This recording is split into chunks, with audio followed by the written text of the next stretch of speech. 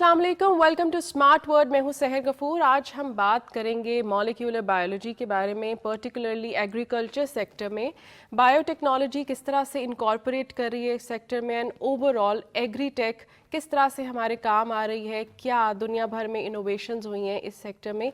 मेरे साथ इस टॉपिक पे बात करने के लिए मौजूद हैं डॉक्टर कुबरा महमूद। डॉक्टर कुबरा, बहुत शुक्रिया हमें ज्वाइन करने का। Thank you so much. Doctor Kubra molecular biologist है, इनसे बात करते हैं, लेकिन पहले एक वीडियो पैक।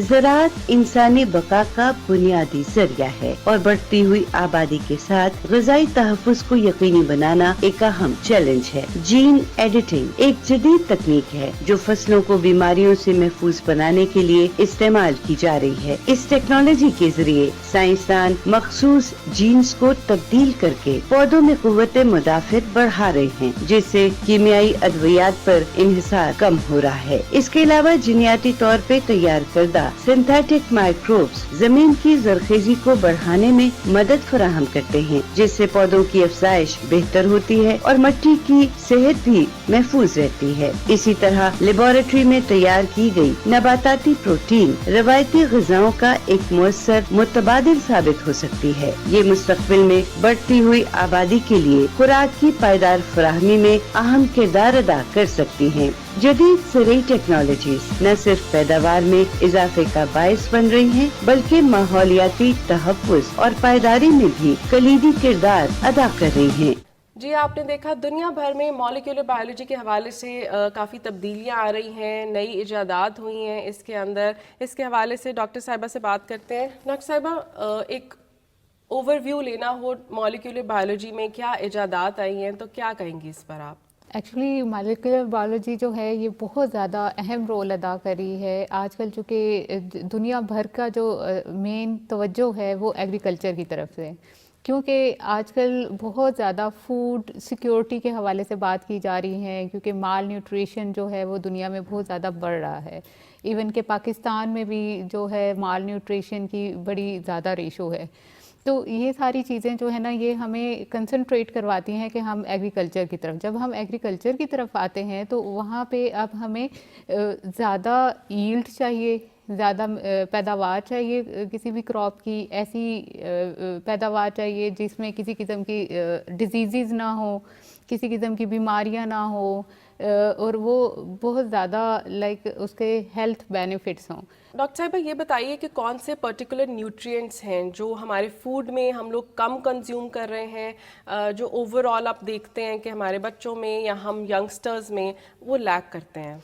एक्चुअली जो सबसे ज़्यादा जो लैकिंग है ना हमारी, इवन के छोटे बच्चों में भी अभी देखें या बड़ों में देखें या गर्ल्स में देखें, जैसे लड़कियों का भी जो है ज़्यादातर जो है ना वो खून की कमी पाई जाती है। अब खून की कमी जो है वो हम किस तरह से कर सकते हैं, इसके जो नेचुरल सोर्सेज हैं ना, ये बड़े ज़बरदस्त नेचुरल सोर्सेज हैं हमारे फ्रूट्स एंड वेजिटेबल, और उसमें भी जितना कोई कलरफुल फ्रूट होगा, जिसका कलर ज़्यादा रेडिश होगा, ब्लैकिश होगा, उसके अंदर ज़्यादा आयरन कंटेंट होता है और एंटीऑक्सीडेंट्स होते हैं।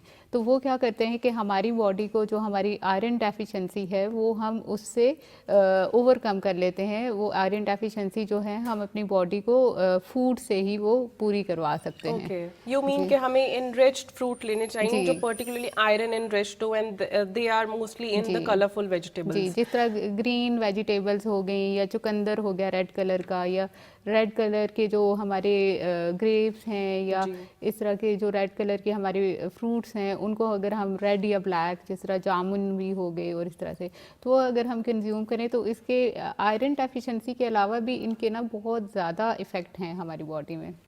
Now here comes a problem. जैसे आपने बताया कि फूड में इन चीज़ों की जो कमी है, इन न्यूट्रिएंट्स की पर्टिकुलर, कैसे हम इस कमी को पूरा कर सकते हैं? अगर हम फूड की बात करें तो मार्केट में कुछ ही इकसाम है, बहुत अच्छी क्वालिटी के फूड हमें नज़र नहीं आ रहा। अब हमने उसको बेहतर बनाना है, तो अब बायोटेक्नोलॉजी का, मॉलिक्यूलर बायोलॉजी का इसमें क्या रोल है? किस तरह से ये दो इनोवेटिव टेक्नोलॉजीज़ काम आ सकती हैं इसमें?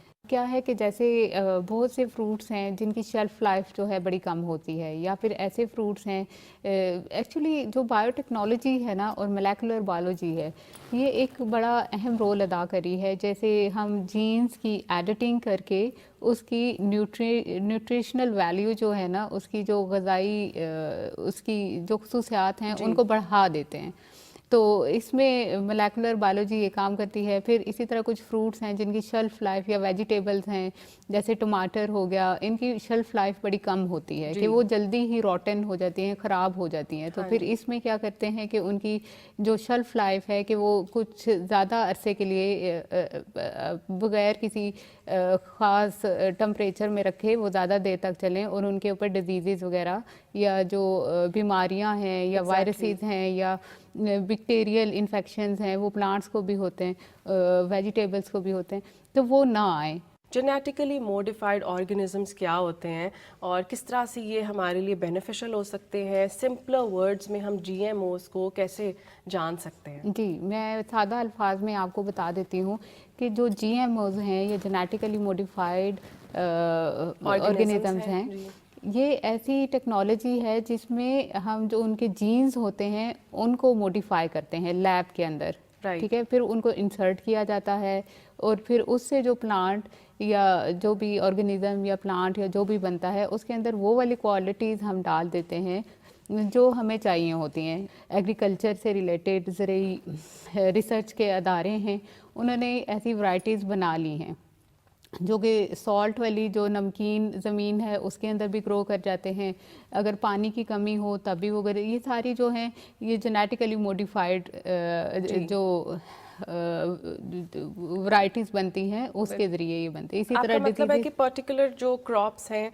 उनको हम ज़्यादा सस्टेनेबल बना सकते हैं। जी बिल्कुल, सस्टेनेबल बना सकते हैं। You of previously mention CRISPR gene editing, ये क्या है? ये टर्मिनोलॉजी का मतलब क्या है और किस तरह से हम, अगर हम डिजीज़ की बात करें, कुछ क्रॉप्स ऐसी हैं या कुछ वायरसेस से हमें दो चार होना पड़ता है, उसको हम किस तरह बचा सकते हैं इस क्रिस्पर जीन एडिटिंग से? अच्छा, क्रिस्पर जीन एडिटिंग जो है ना, ये बड़ी इमर्जिंग और बड़ी बेनिफिशियल टेक्नोलॉजी है एग्रीकल्चर में।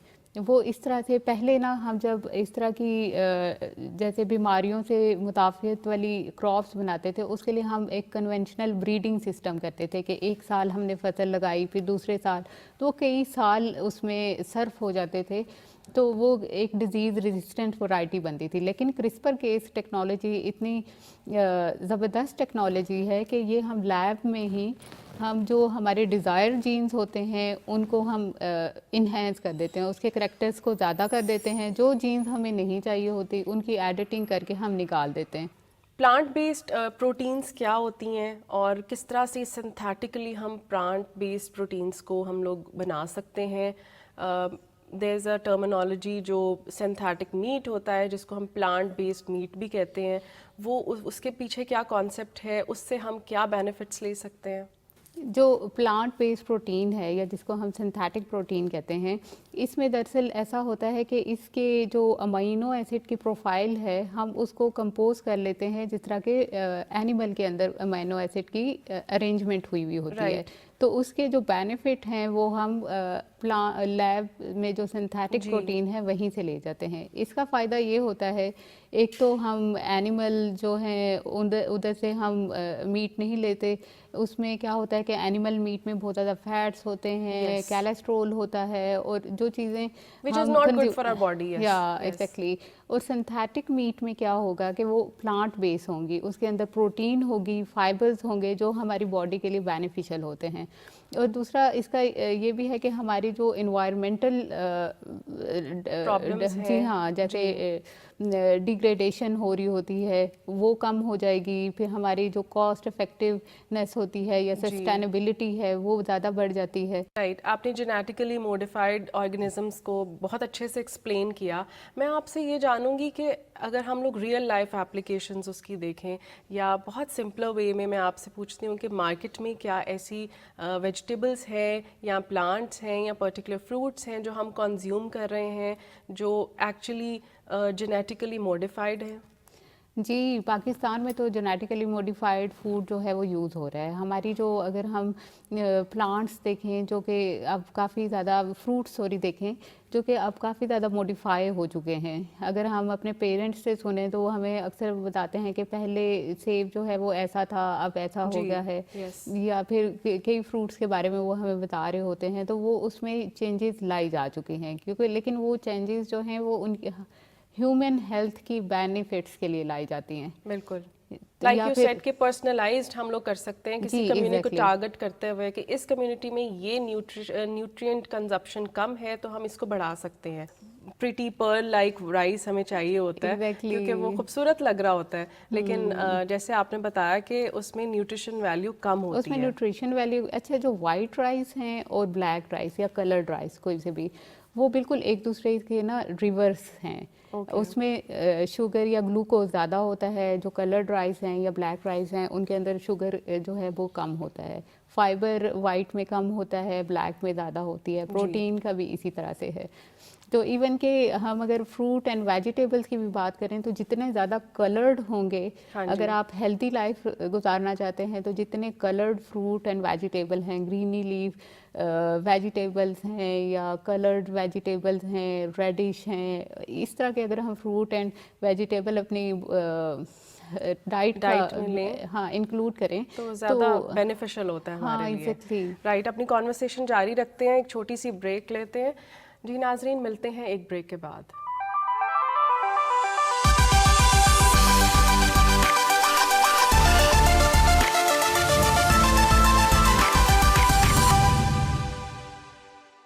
Welcome back. हम बात कर रहे हैं मॉलिक्यूलर बायोलॉजी के बारे में, किस तरह से इनकॉर्पोरेट कर रही है हमारी ज़राई सेक्टर में एग्रीकल्चर टेक्नोलॉजीज़ क्या हैं, इस पर मज़ीद पूछते हैं डॉक्टर कुबरा से। डॉक्टर साहिबा, agri tech has become a buzz word in agriculture sector, तो एग्री टेक बेसिकली क्या है? एग्री टेक किस तरह से हमारे जो ऑलरेडी मंडेन टास्क थे एग्रीकल्चर के, उनको किस तरह से इन्हांस या अपग्रेड कर रहा है? एग्रीटेक एक्चुअली पहले तो हम सिर्फ यूज़ करते थे एग्रीकल्चर, अब हम एक वर्ड यूज़ करते हैं एग्रीटेक। इसमें ना टेक्नोलॉजी आ गया। अब वो टेक्नोलॉजी क्या है? हमारी ऑटोमेटेड जो मशीन्स हैं उसको हम कहेंगे कि ये एग्रीटेक का पार्ट हैं। इसी तरह एआई ड्रिवन जो इंस्ट्रूमेंट हैं या ड्रोन्स हैं उनको हम एग्रीटेक का नाम देंगे। इसी तरह की हमारी जो क्रिस्पर केस या इस तरह की जो टेक्नोलॉजीज़ आ गई हैं ये एग्रीटेक का काम करती हैं। इसमें अब क्या है कि हमारी जो प्रिसीजन एग्रीकल्चर है कि हमारी जो एग्रीकल्चर है हम चाहते हैं कि वो कंट्रोल्ड हो और उसके अंदर जो है डिजीज़ कम हो, उसकी हमें रियल टाइम इमेजेस मिले, रियल टाइम उसका डाटा मिले। तो वो हम इस तरह की जो एआई ड्रिवन या ऑटोमेटेड ड्रिवन जो मशीनरीज होती हैं उसका इस्तेमाल करते हैं। जैसे जी जिस तरह हम किसी डिज़ीज़ को मॉनिटर करना चाहते हैं, अगर एक आदमी जाएगा या दो आदमी जाएंगे एक खेत में तो वो बड़ा टाइम कंज्यूमिंग होगा। अगर वही हम एक ड्रोन के ज़रिए करें तो वो उनकी एक हाई क्वालिटी इमेजेस भी ले लेता है और डेली बेसिस पे वो हमें पूरा डाटा भी दे देगा। जी, आपने जैसे बताया कि पूरी तरह से टेक्नोलॉजी इक्विप्ड हो जाता है ये पूरा सिस्टम जो है।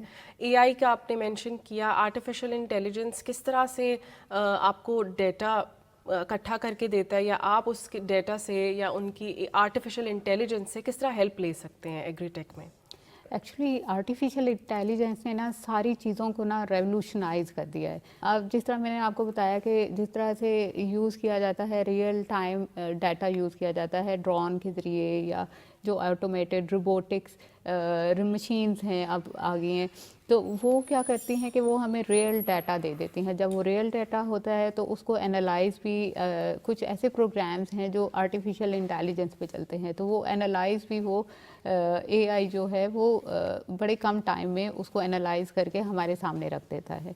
तो आई थिंक आर्टिफिशियल इंटेलिजेंस ने तो बहुत ही रेवोल्यूशनाइज कर दिया है हर चीज़ को। हमारे गैजेट्स हैं नॉर्मल डे में जो हम यूज़ करते हैं, and the very common one is our smartphones, इसको किस तरह से हम यूज़ में ला सकते हैं इन टर्म्स ऑफ एग्रीटेक के बारे में आपने बात की, जैसे कि हम सॉइल की कंडीशन के बारे में पता लगा सकते हैं, ड्रोन के जो रिजल्ट्स हैं वो हम इंस्टेंटली हम देख सकते हैं अपने मॉनिटर्स पर।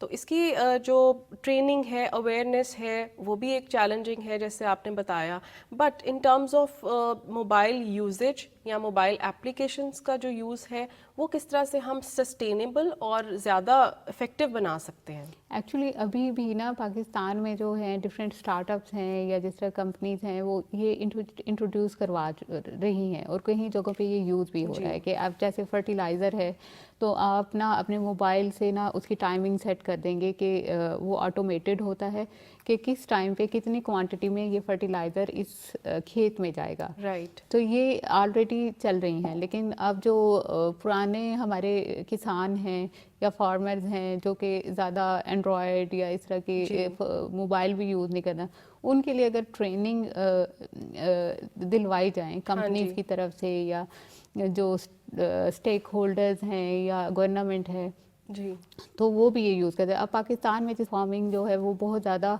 लोग एग्रीकल्चरल फार्मिंग की तरफ आ रहे हैं, तो वो जो पढ़े लिखे लोग हैं वो इन सारी टेक्नोलॉजीज़ का यूज़ करते हैं। एज़ यू मेंशन के जो स्टार्टअप्स हैं नए से नए आ रहे हैं और एग्री टेक के हवाले से हमारे सामने आ रहे हैं, एंटरप्रेन्योर्स का कितना रोल है इस टेक्नोलॉजी को मंजर आम पे लाने के लिए और न्यू एंटरप्रेन्योर्स को उनको इंस्पायर करने के लिए? जी, एंटरप्रेन्योरशिप जो है actually this is the right time for the Pakistan के वहाँ पे एंटरप्रेन्योरशिप जो है वो इमर्ज करे। जो एंटरप्रेन्योरशिप है वो सारे लोग वो हैं जो मोस्टली रिसर्चर्स हैं जिन्होंने अपनी लाइफ के 10, 15, 16 साल जो हैं वो ये चीज़ें पढ़ने में गुजारी हैं। अगर वो लोग एंटरप्रेन्योरशिप की तरफ आएँ और इस तरह की चीज़ें इंट्रोड्यूस करवाएं जो कि करवा रहे हैं। एग्रीकल्चर की बात करें तो बहुत ज़रूरी हो जाता है क्लाइमेट को जहन में रखना या क्लाइमेट कंडीशंस को आप बिल्कुल साथ लेके चल रहे होते हो। एग्री टेक ने कितना आसान बना दिया है इन चैलेंजेस को ओवरकम करना या इनके साथ साथ चलना? मैंने आपको बताया कि हमारा जो पाकिस्तान है माशाल्लाह इसमें बड़े अच्छे 4 सीज़न हैं, लेकिन फिर भी हम जो हैं उस तरह से जो इन्वायरमेंटल फैक्ट्स हैं उसको ओवरकम नहीं कर सकते। जैसे पंजाब जो है इसमें एक अच्छा नहरी निज़ाम है, लेकिन जो पंजाब के अलावा इलाके हैं जैसे पोटोहार का इलाका है या माउंटेनियस है या फिर सिंध की तरफ अगर हम जाएं तो ये सारे जो है ना ये सारे डिपेंडेंट हैं कि किस तरह से इन्वायरमेंट होगा, उसके अकॉर्डिंगली जो फसल है उसका तयन किया जाता है कि फसल अच्छी होगी नहीं अच्छी होगी। वो रेन फेड एरियाज हो गए उसमें वो प्रोडक्ट को इंट्रोड्यूस कर रहते हैं और फिर वो उसमें वाटर जो है बड़ा कम चाहिए होता है। इवन कि अगर आप जिस तरह फार्म हाउसेज हैं वहाँ पे अगर आप हफ्ते में 2 या 3 मरतबा पानी देते हैं अपने डिफरेंट फार्म के जो प्लांट्स होते हैं जैसे माल्टे का है फार्म हाउस या मैंगो का है या वहाँ पे आपको 1 मरतबा देना पड़ता है। तो वाटर की कंजम्पशन जो है उसको हम रिड्यूस कर सकते हैं और उसका जो ज़िया होता है पानी का उसको भी हम कम कर सकते हैं। नैनो टेक्नोलॉजी किस तरह से फर्टिलाइजर्स को या पेस्टिसाइड्स को बेहतर बना रही है, उनको सस्टेनेबल बना रही है? एक्चुअली जो नैनो टेक्नोलॉजी है इसने ये बहुत ही जदीद टेक्नोलॉजी है। इसमें क्या होता है कि पहले जब मैं एक सादा अल्फाज में समझाऊंगी कि जैसे हम पहले खादें डालते थे फसलों में तो हम बोरियां भर भर के खादें डालते थे, लेकिन अब नैनो टेक्नोलॉजी ने इस फर्टिलाइज़र को ऐसे रेवोल्यूशनाइज कर दिया है कि हम जैसे हम एक बोरी जहाँ पे हम डालते थे ना, अब हमें नैनो फर्टिलाइज़र अगर हम यूज़ करेंगे ना तो 200 ml जो है आप वो यूज़ करके तो उसको वही बेनिफिशियल इफ़ेक्ट दे सकते हैं जो कि एक इतनी ज़्यादा क्वांटिटी में हम फर्टिलाइज़र को ऐड करते थे। और इसकी प्राइस डिफरेंस भी फिर कम हो जाती है। डॉक्टर साहिबा अपना फाइनल टेक दीजिए कि ये जो इजादात हैं एग्री टेक में किस तरह से हम इनको अडॉप्ट कर सकते हैं? जितनी भी एडवांसमेंट हो रही हैं एग्रीकल्चर टेक्नोलॉजीज़ में इनके लिए ये बड़ी बेनिफिशियल हैं। जैसे एग्रीकल्चर में अब जिस तरह से AI जो है वो इंट्रोड्यूस हो रही है, जो ऑटोमेटेड मशीनरी है और जो इस तरह की जो हमारी रोबोटिक मशीनरी है जो कि खुद से ही काम कर लेती हैं और प्रिसीजन एग्रीकल्चर की तरफ और स्मार्ट एग्रीकल्चर की तरफ जा रही हैं, ये बड़ा ज़रूरी है। एक और चीज़ जो मैं इसमें ऐड करना चाहूँगी कि अब दुनिया जो है ना रीजनरेटिव एग्रीकल्चर की तरफ जा रही है। उसमें क्या होता है कि हमारा जो इस तरह से एग्रीकल्चर करें कि जिससे कार्बन फुटप्रिंट जो है वो इन्वायरमेंट पे बड़ा कम आए और जो सॉइल की फर्टिलिटी है और जो पैदावार है फसल की, उसको भी वो बढ़ा देते हैं। Thank you so much doctor साहिबा फॉर जॉइनिंग अस। और आपने जिस तरह बहुत ही कंपाइल्ड वे में बताया है कि मॉलिक्यूलर बायोलॉजी के क्या वंडर्स हैं, किस तरह से एग्री टेक हमारी डेली टास्क को आसान बना रही है, बेहतर बना रही है। जी, आपने देखा कि दुनिया भर में मॉलिक्यूलर बायोलॉजी किस तरह से इनकॉर्पोरेट कर रही है एग्रीकल्चर में। क्रॉप्स की जो वैल्यू है उसको बेहतर बनाया जा रहा है। जो डिज़ीज़ प्रॉन पर्टिकुलर प्लांट्स हैं उनको हम अब मॉडिफाई कर सकते हैं, उनको हम लोग बेहतर बना सकते हैं। अगले हफ्ते फिर मिलते हैं एक नए टॉपिक और एक नए गेस्ट के साथ। सोशल मीडिया हैंडल्स आप देख रहे होंगे स्क्रीन पर। आप हमें अपना फीडबैक दे सकते हैं, कोई टॉपिक भी मुतारिफ करवा सकते हैं। मिलते हैं नेक्स्ट वीक। अल्लाह हाफ़िज़।